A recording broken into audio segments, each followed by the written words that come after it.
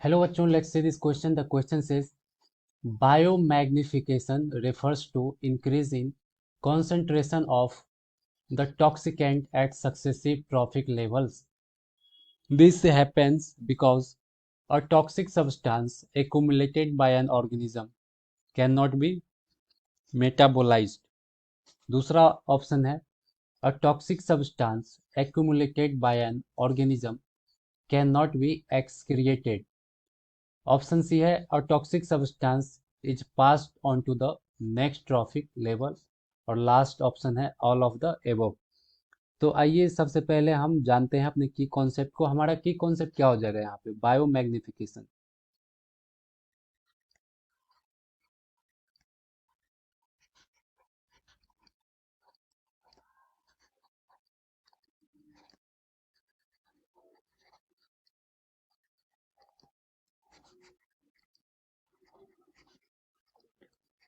Bio bio magnification को कुछ और नाम से पुकारा जा सकता है, जैसे बायो एम्प्लीफिकेशन,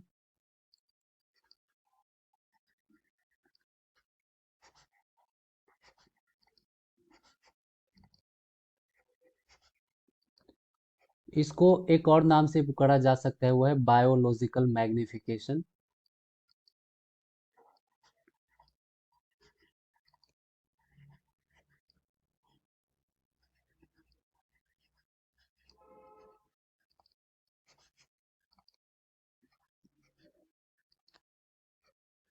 तो आइए जानते हैं, समझने की कोशिश करते हैं कि बायोलॉजिकल या बायो मैग्निफिकेशन क्या होता है। जैसे मैं समुद्र का बात करूं या किसी तालाब का, उसमें क्या पाया जाता है? फाइटोप्लैंक्टन।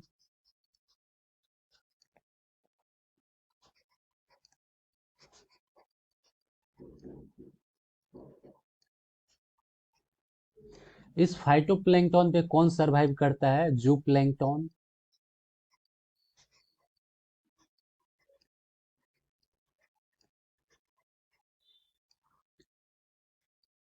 इस जूप्लैंक्टन पे कौन सरवाइव करता है? Small fishes.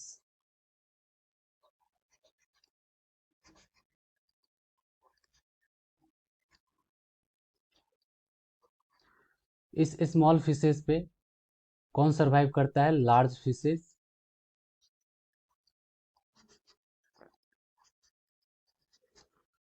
और इस लार्ज फिशेस पे सरवाइव करता है फिश ईटिंग बर्ड।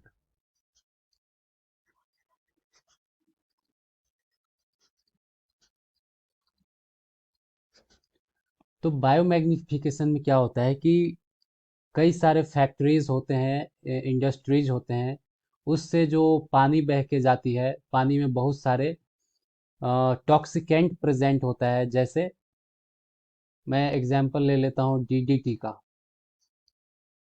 इसका फुल फॉर्म होता है डाइक्लोरो डाइफिनाइल ट्राइक्लोरोइथेन।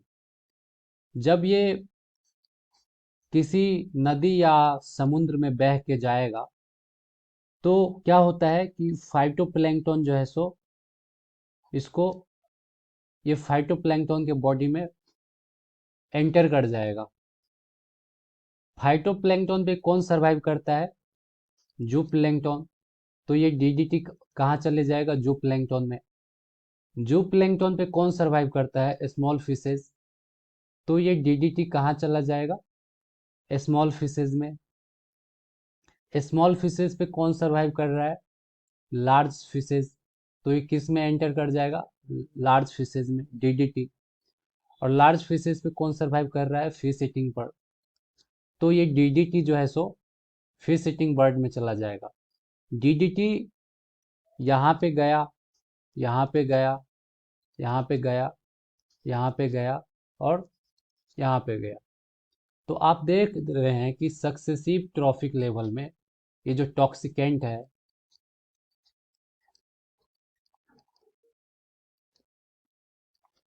टॉक्सिकेंट जो है सो फाइटोप्लैंक्टन में एक्यूमुलेट हुआ। फिर फाइटोप्लैंक्टन को खाया जू प्लैंक्टन ने, जू प्लैंक्टन में एक्यूमुलेट हो गया। फिर जू प्लैंक्टन को खाया स्मॉल फिशेज ने, स्मॉल फिशेज में एक्यूमुलेट हो गया। स्मॉल फिशेज को खाया लार्ज फिशेज ने, लार्ज फिशेज में एक्यूमुलेट हो गया, लार्ज फिशेज को खाया फिश ईटिंग बर्ड ने, फिश ईटिंग बर्ड में एक्यूमुलेट हो गया। तो इसका अगर मैं डेफिनेशन लिखने का कोशिश करूं तो इसका डेफिनेशन हो सकता है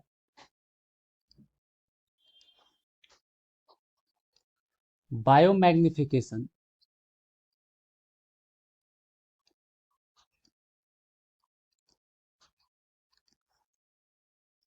यहाँ पे जो ये जो डीडीटी जो सक्सेसिव ट्रॉफिक लेवल के थ्रू पास कर रहा है, इसी को क्या कहते हैं, biomagnification.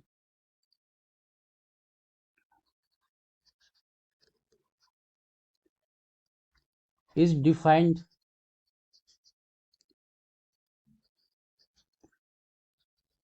As the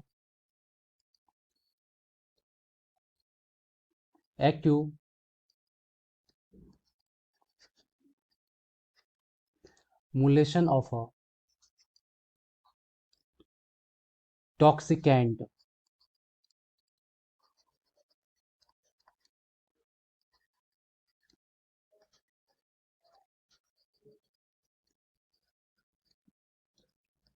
in the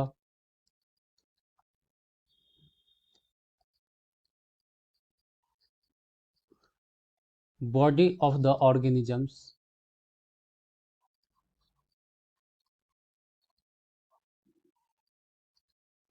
at different trophic level.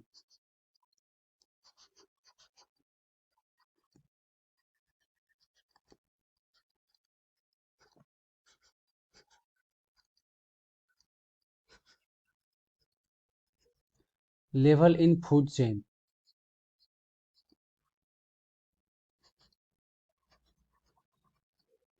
या फिर इसको फूड वेब भी बोल सकते हैं।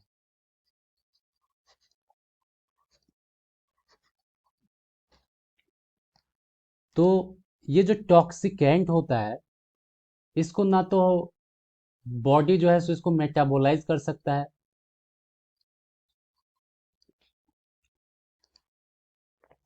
मेटाबोलाइज्ड,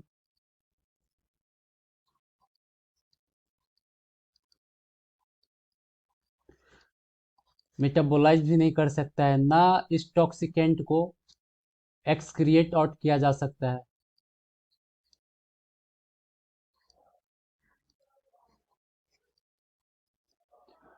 तो ना इसको मेटाबोलाइज किया जा सकता है, ना एक्सक्रिएट किया जा सकता है, तो क्या होगा, इसका बॉडी में एक्यूमुलेट होते जाएगा। तो आइए हम देखते हैं करेक्ट ऑप्शन कौन सा है हमारा। A toxic substance accumulated by an organism can not be metabolise, metabolise नहीं किया जा सकता है। तो ये स्टेटमेंट क्या करेक्ट है। A toxic substance accumulated by an organism can not be excrete, excrete भी नहीं किया जा सकता है, ये भी सही है। A toxic substance is passed on to the next trophic level, next trophic level पे भी पास कर रहा है।